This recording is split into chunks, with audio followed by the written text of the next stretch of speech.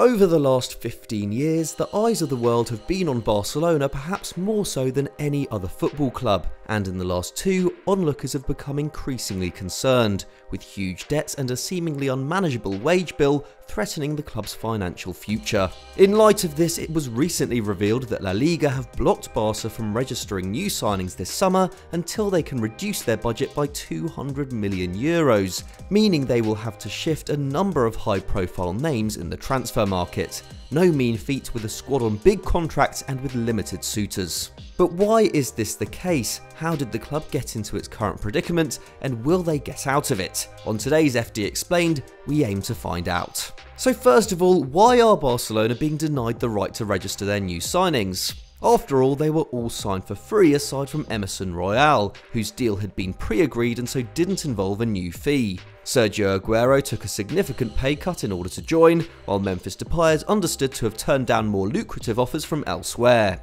The reason is La Liga's strict financial fair play laws, which in principle work similarly to UEFA's FFP regulations, enforcing clubs to live within their economic means. Established by La Liga president Javier Tebas when he was first elected in 2013, these new economic controls were implemented across the top two tiers of Spanish football, and saw a team of analysts begin to review the finances of each participating club, from Atletico Madrid to Alcorcon.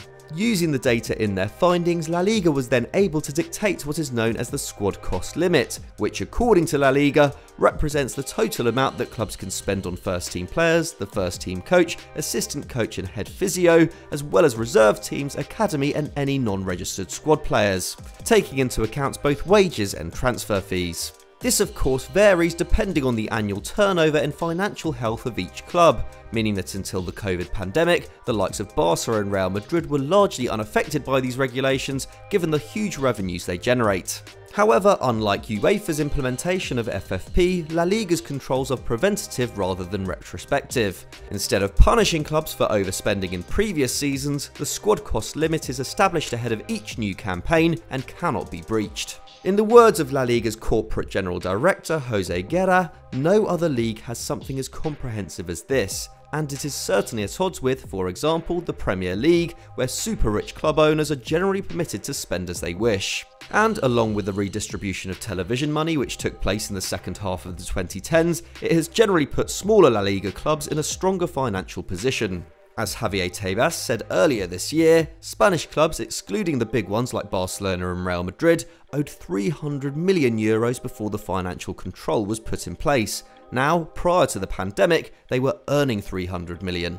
This also meant that following the global outbreak of COVID-19 and the big financial losses it spelled for clubs across the world, that Spanish sides in particular had their spending curbed, with La Liga not allowing any club from spending over 25% of its income on transfers. This saw the league go from being the second highest spending in Europe the previous summer, with £1.24 billion dished out on transfers, to the fourth highest, recording an expenditure of just £367 million, a drop of 70.5%, by far the biggest decline across Europe's top 5 leagues. But while Tebas may be right in saying that these measures have helped clubs to survive the global pandemic, as Spanish football expert Dermot Corrigan recently pointed out, they didn't stop the Barcelona board from making the consistently poor financial decisions which have brought the club to this point. Nevertheless, they are a big part of why Barca have been pegged back in the transfer market this summer.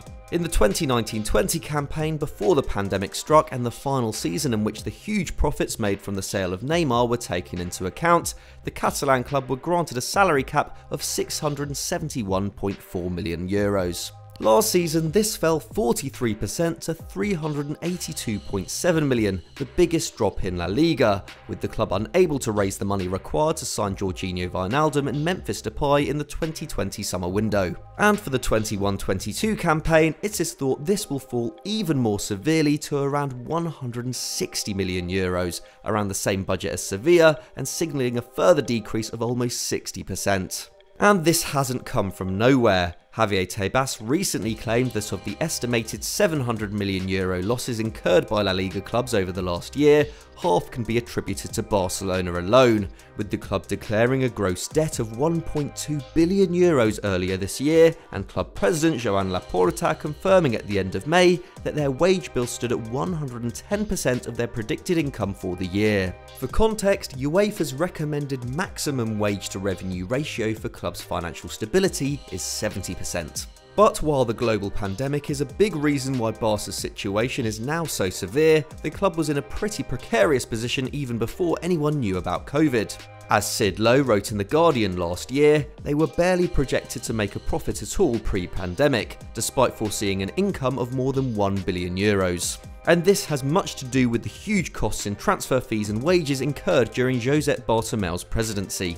Many of the poor decisions made by Bartomeu and his board can be traced back to the sale of Neymar in 2017. According to a report in Spanish newspaper La Vanguardia, it was an operation that strategically devalued the club, weakened its squad and triggered a mad rush of expensive signings to offset the loss in image. The €222 million received from PSG for the Brazilian superstar was spent within 6 months, with Ousmane Dembele and Felipe Coutinho costing €270 million between them, and a net spend of €142 million incurred across the 2017-18 season. When those signings didn't work out, with Dembele often injured and Coutinho struggling for form, the Barca hierarchy upped their pursuit of Antoine Griezmann, having to take out a €35 million loan to secure his €120 million buyout clause in 2019. Between 2016 and 2021, the club spent €1.17 billion on transfer fees, making them by far the biggest spenders in all of Europe.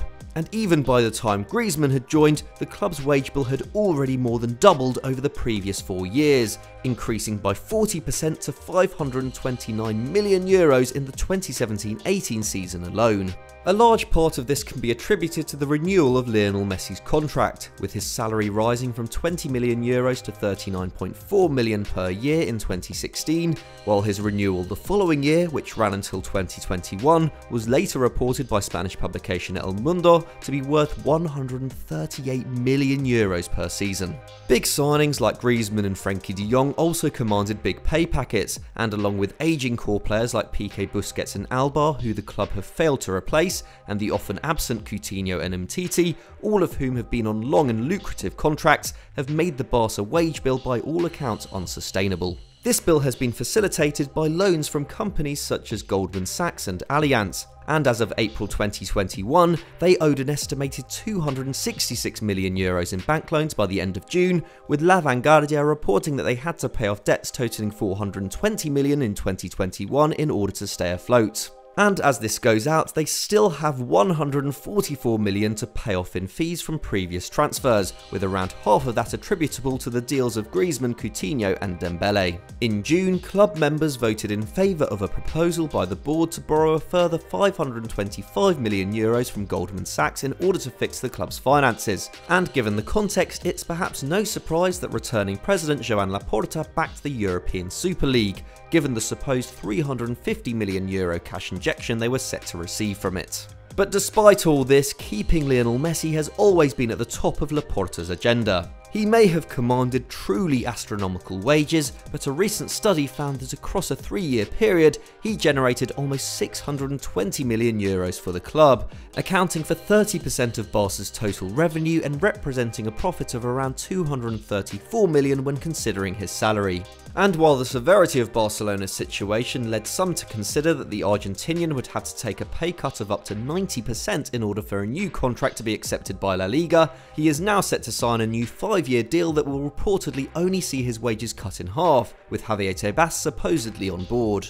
But this of course isn't the end of it, as a renewal for Messi will likely mean the club needs to make even more cuts. A proposed swap deal with Atletico Madrid involving Antoine Griezmann and Saúl Ñíguez could save them upwards of €12 million in wages. However, the club's attempts to terminate the contracts of Umtiti and Miralem Pjanic have failed, and finding clubs who will loan them and also front their considerable wages will be tough. Coutinho and Dembele, two other high earners, are currently injured and so will also be hard to offload.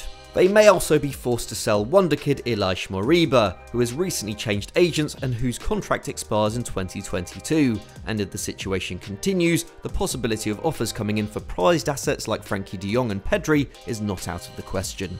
Securing their captain and talisman is clearly essential for Barca's commercial success, but the fact that their attempts over the last few years to rebuild the rest of the squad brought them close to financial oblivion has given Joan Laporta one of the toughest jobs in football today. Severely cutting costs while trying to maintain standards on the field looks likely to define the Barcelona project for the foreseeable future. So that was our explainer on why Barcelona are selling all their players, but what do you make of their current situation? Let us know in the comments below.